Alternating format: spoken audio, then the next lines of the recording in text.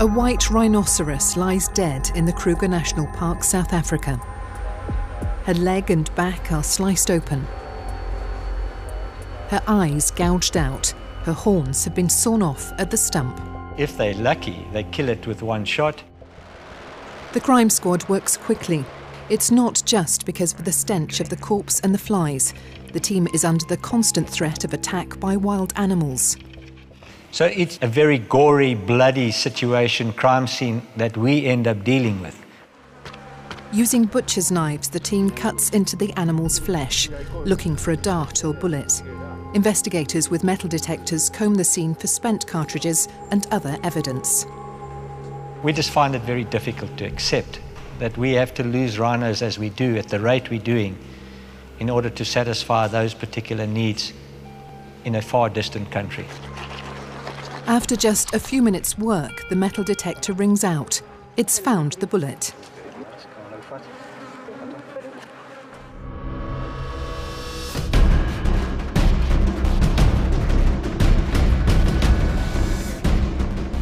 Rhinos across the world are facing their worst crisis in decades. The number of rhinos killed has soared in recent years. There's a huge demand. All sorts of criminals who would be in other forms of criminality, they've seen the opportunity and they're climbing in hard and fast.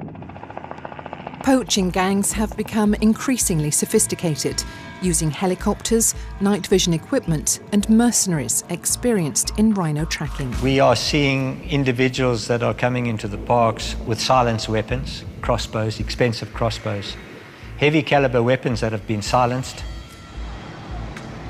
Rhinos are being killed at an average of more than one a day to supply an exploding demand for rhino horn in Asia. Cũng lo phong thân, nghe có thuộc, phải tranh thủ gọp nhọc để mua ít để mà dự phòng khi mà tại biển gia đình. Certain people attribute medicinal properties to rhino horn, and this has led to an epidemic of poaching in Africa and soaring black market prices in consuming countries. Nửa lạng hay một lạng của nó là tính bằng hàng ngàn đô. But this is not about questioning people's beliefs or lifestyles. It's about the survival of keystone species. If the current trend in poaching of rhino continues the way it has, the worst-case scenario is that the rhino, this iconic species, will be driven to extinction in the wild. 40 years ago, white rhinos were on the brink of extinction. Years of conservation efforts and a ban on the trade in rhino horn have seen the population rise to more than 20,000. But the future of the species hangs in the balance. For us to lose those animals now, I believe, would be a global catastrophe. This is the story of an animal under threat.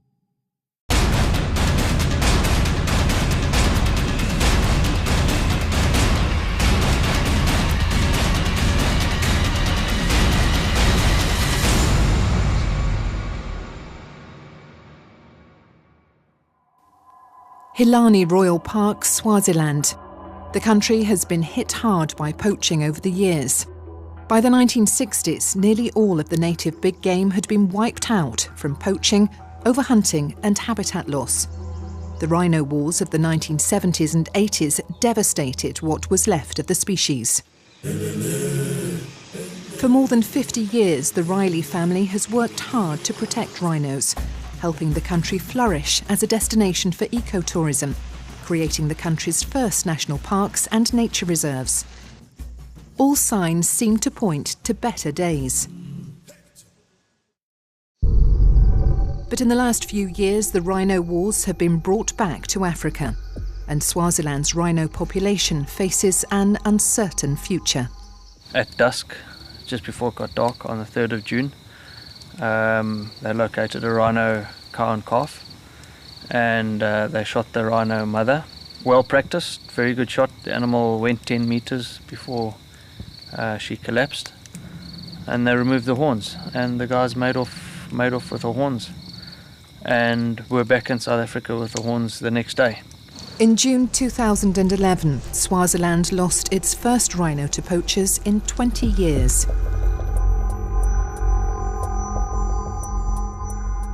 It's heartrending. You'll find a rhino cow with a baby calf without a horn, just a pimple on its nose. And the mother goes down, and that calf usually will defend the mother, won't allow the poachers to get anywhere near it. And they end up having to shoot it too. And then they chop off the horn with a chainsaw, and half the face with it, and just leave the rhino there. And we've had several instances where the rhino has slept off the drugs and staggered to its feet without a face, with bits of meat just hanging from its nose. How do you deal with people like that?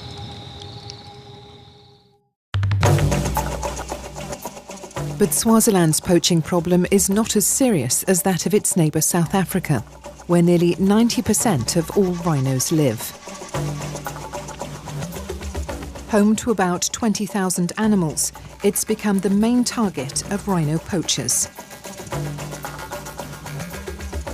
For 15 years from the early 1990s, poaching figures rarely made it into double figures. But in the last few years, poaching has exploded. In 2011, rhino deaths in South Africa set a new record, with 448 being killed. Kruger National Park has paid a heavy price for having the largest rhino population in the world. More than half of South Africa's rhino killings, 252, took place here in 2011. Well, I believe it's a big threat, a huge problem for us at the moment. Well, the worst case scenario is that we lose every single rhino on the African continent. Ken Maggs is head of the Environmental Crime Investigation and Air Services and is a senior member of the Wildlife Crime Reaction Unit. Set up in 2010, it's an umbrella body to coordinate efforts between South Africa's park authorities, the police, the military and the prosecuting authorities in the fight against the rhino killings. We focus largely on the organised crime aspect of the environmental crime impacting sandparks. We're very, very fortunate. We really have a dedicated team, committed.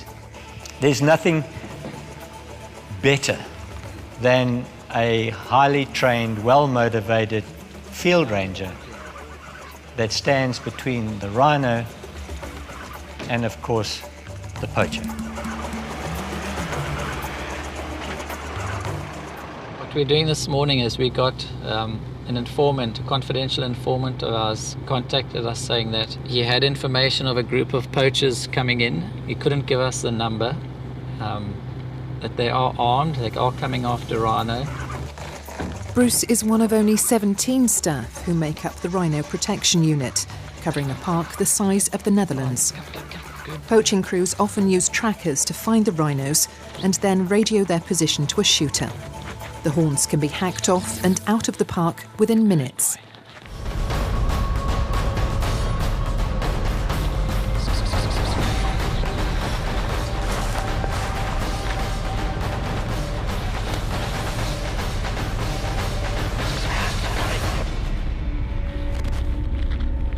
In certain areas we have as many as 3 to 4 groups hunting at once that have infiltrated into the parks. In the first 3 months of 2011, 89 suspects were arrested for poaching in the park. But for every poacher caught, many more escape. Today's search proves fruitless. Every time we go out, we're learning. We're giving the dog more experience and training. The people operating against the poachers are getting experience. We go back to the office, debrief, decide what mistakes we made, discuss them, and try and rectify those mistakes. Rhinos had been near extinction before commercial trade in rhino horn was banned by CITES, the Convention on International Trade in Endangered Species of Wild Fauna and Flora, in 1977. The black rhino was the most numerous of the world's rhino species. There were 100,000 in the 60s, but they were hunted and poached until just 2,400 remained. If not for CITES, the rhino would be extinct in the wild today. It is because of CITES that the species has recovered to the point where we now have in the order of 25,000 rhino on the planet. CITES is critical to the survival of the rhino in the wild. It provides the regulatory framework which sets the rules of the game. But over the last few years, poaching has skyrocketed.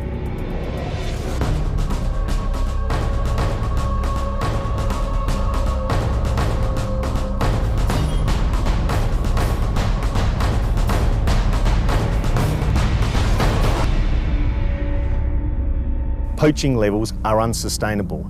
This species will be driven to extinction in the wild if these trends continue.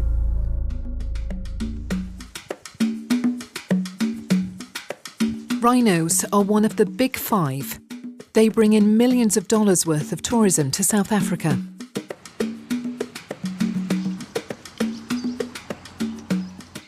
Throughout the country, community-led initiatives linking employment, infrastructure, education and healthcare with conservation and species protection are being promoted. One such programme is this thatching cooperative, providing jobs for local women living in and near Kruger.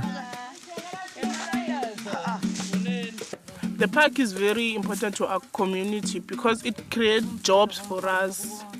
The people and the tourists are coming from far away to here and they leave money here, so the park creates the jobs for us. This is the only employment these people have. They rely on that employment to support their families. If they were to lose that, it means that an entire family could go hungry and without food. Ben-Jans van Rensburg is head of enforcement at CITES. CITES' approach to conservation recognises that the long-term future for wildlife is dependent on sustainable rural development and that local people need to be partners in enforcement.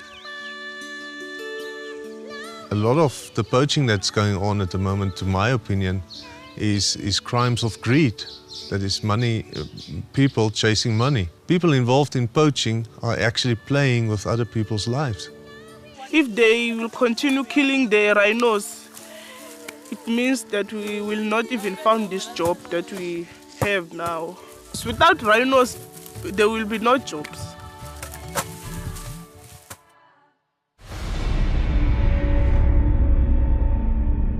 Wildlife crime is estimated by the Centre for International Policy to be worth between $8 and $10 billion a year. Attracted by spiralling profits, CITES believes organised crime syndicates are moving in. And the threat goes well beyond the rhino range states in Africa. Museums are under attack across the world. Officials at Europol, the European Union's criminal intelligence agency, claim the number of thefts of rhino horns has increased sharply. In 2011, criminals stole rhino horn from museums and private collections in more than 15 countries. Both Interpol and the United Nations Office of Drugs and Crime have made it very clear that this crime involves organised crime. We have the poaching groups numbering up to 5-6 individuals, well armed, from pistols to sophisticated military weapons, AK-47s, adequate ammunition. We've had poachers armed with hand grenades. It's a massive threat. It involves highly organised criminal gangs armed with automatic weapons and very willing to shoot their way out of any kind of resistance they're going to meet. It's not only the rhino losses that we worry about, they're our own people and we have buried our own dead.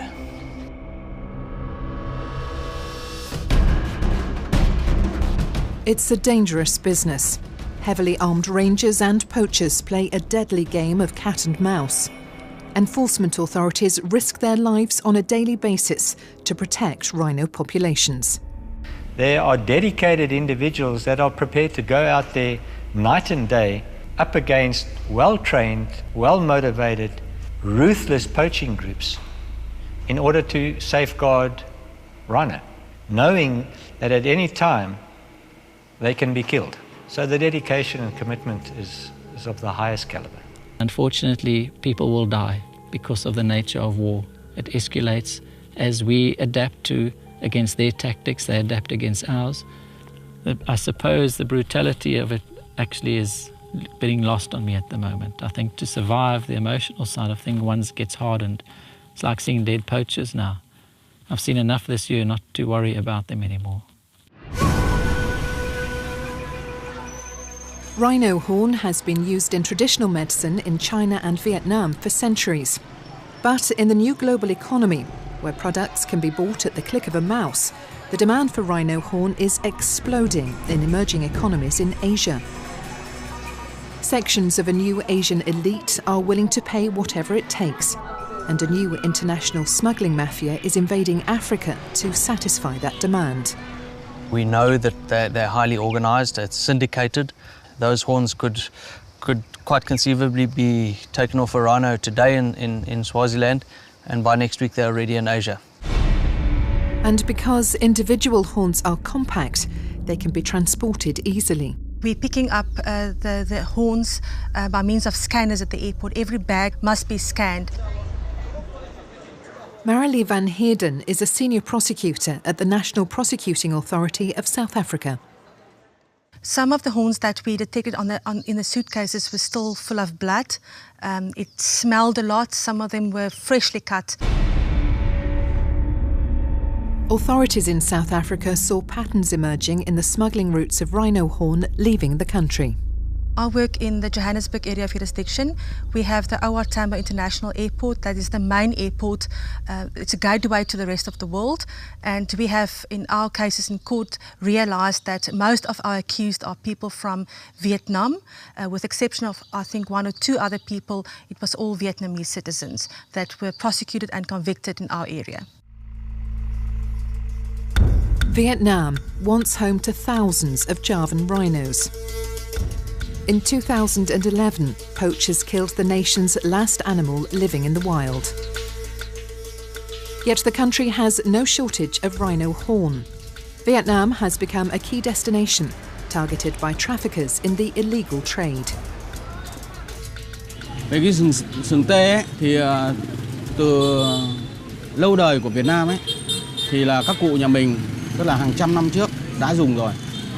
Bởi vì là những cái hiện tượng như là sốt cao, sốt quá cao rồi sinh co giật, rồi sốt cao sinh điên cuồng, thì ngày xưa thì không có những vị nào bằng nó cả.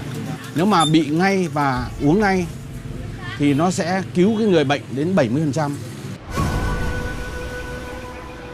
Stopping the use of rhino horn is not about questioning tradition. It's about the conservation of a species. The illegal rhino market went quiet in the 90s as domestic trade was banned in major consuming countries. In 1993, China banned the use of rhino horn and removed it from use in traditional medicine in the interests of conservation. But over the last few years, demand has soared. There are many theories for the sudden surge.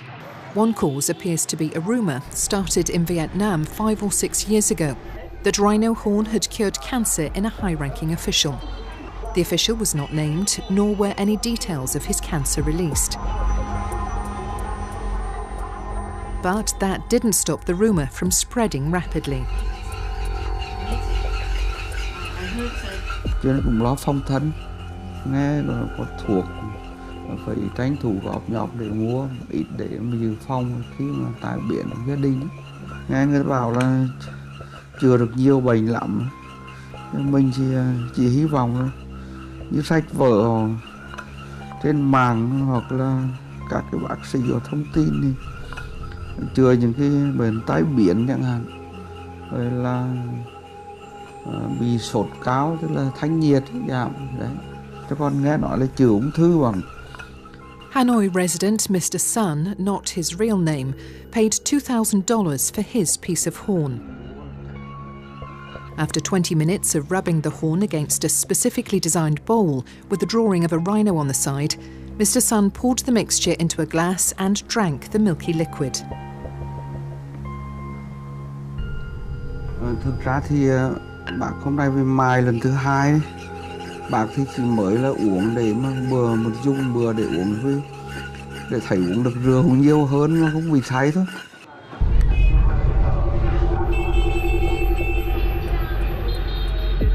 In the markets of Hanoi, it doesn't take long to find rhino horn for sale, but its authenticity is questionable.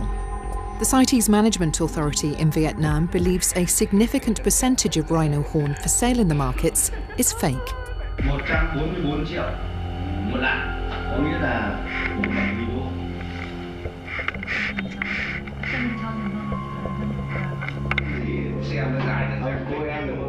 Though black market prices vary widely, dealers in Vietnam quoted prices ranging from $40 to $140 a gram, which at the top end is double the price of gold and can exceed the price of cocaine. The Vietnamese government and enforcement authorities believe that Vietnam is only a transit country for rhino horn before it reaches its final destination. Còn cái chủ yếu là buôn bán vận chuyển từ cái Nam Phi về Việt Nam mà hầu hết phải chuyển sang phía Trung Quốc. Thì từ năm 2003 đến năm 2008 là nó rộ lên nhiều hơn. Các cửa khẩu tại Việt Nam thì có các cái cửa khẩu sân bay quốc tế như sân bay Nội Bài, Hà Nội, sân bay Tân Sơn Nhất ở thành phố Hồ Chí Minh và cái tuyến tuyến đường biển từ Hải Phòng đi Móng Cái là những cái tuyến mà trọng điểm để các cái đối tượng buôn lậu. Chúng tôi thì thừa nhận rằng Việt Nam thì vẫn có cái tình trạng sử dụng trái phép sừng tê giác. Tuy nhiên hầu hết các cái sừng tê giác chúng tôi được biết qua các cái thông tin tình báo thì được chuyển sang nước thứ ba chứ ít không phải là sử dụng tại Việt Nam, bởi vì là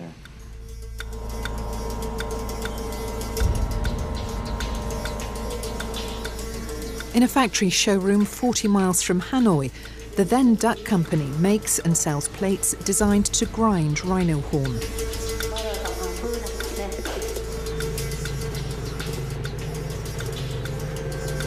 In the showroom, amongst the rhino artifacts, the grinding plates are one of the best sellers. The design on the outside doesn't leave much to the imagination.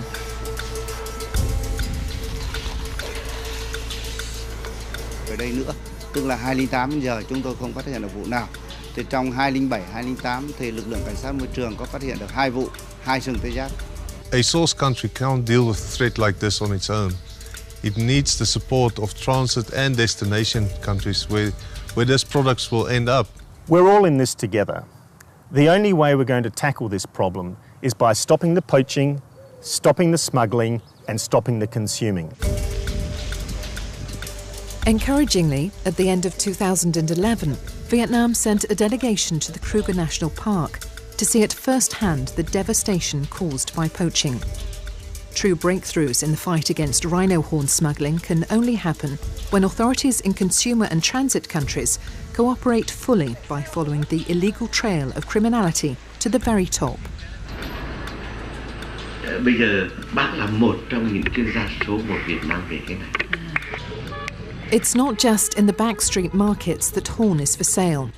At Hanoi's biggest hospital, this doctor also boasted about the benefits of using rhino horn. Bác năm nay 60 tuổi rồi. Càng nhiều càng tốt, nhưng mà cũng không nên không quá liều.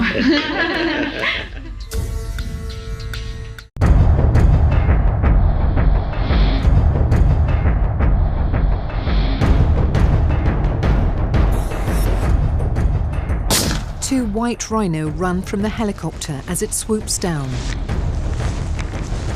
The shot takes one out.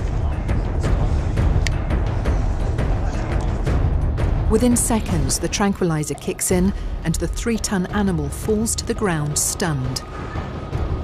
The team rushes in and gets to work quickly before the drugs wear off. We don't have any other choice but to save the rhino for our future generations. I don't believe the world can afford to lose a species like that. Dr. Cindy Harper is the director of the Veterinary Genetics Lab at the University of Pretoria and the creator of a new rhino DNA database. She's training rangers, veterinary workers and members of anti-poaching units in parks around the country. Because for catching poachers, DNA is as good as it gets. The DNA database is a collection of DNA profiles of all the rhinos in Africa. That's what we're aiming for. The most important function is to assist with the investigation of rhino poaching cases. Blood is taken, identifying markers are cut into the rhino's ears, and microchips are inserted to track the horn. Now then we start with the horns.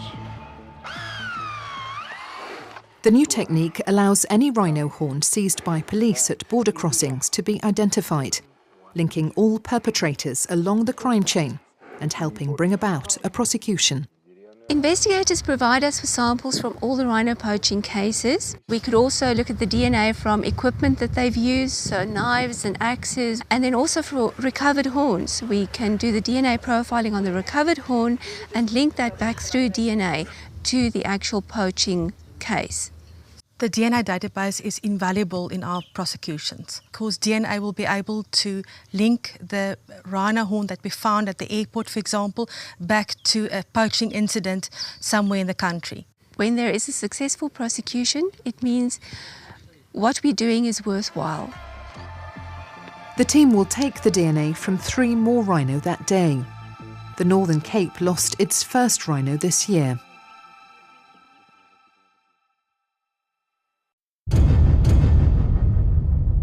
If we as conservationists and if we as humans cannot turn this thing around, all the other species that share this planet with us will be in huge danger. The government of South Africa is fighting back. Soldiers from the South Africa National Defence Force have deployed in the Kruger. I would say stay away, don't come here. Don't go anywhere else, change jobs, because we're going to find you. In 2012, 3 rhino poachers were sentenced to 25 years imprisonment, the toughest sentences ever handed down for rhino poaching in South Africa. As a prosecutor, you must understand if you want to come to our country and poach our national heritage, you will meet the full might of the law. But the slaughter hasn't stopped.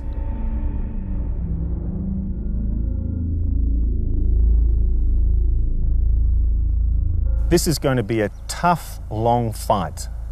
But if we all work together, range states, consumer states, at national level and international level, we will win this fight. They must just stop killing the rhinos because it is like they are killing us. Elele, elele, elele.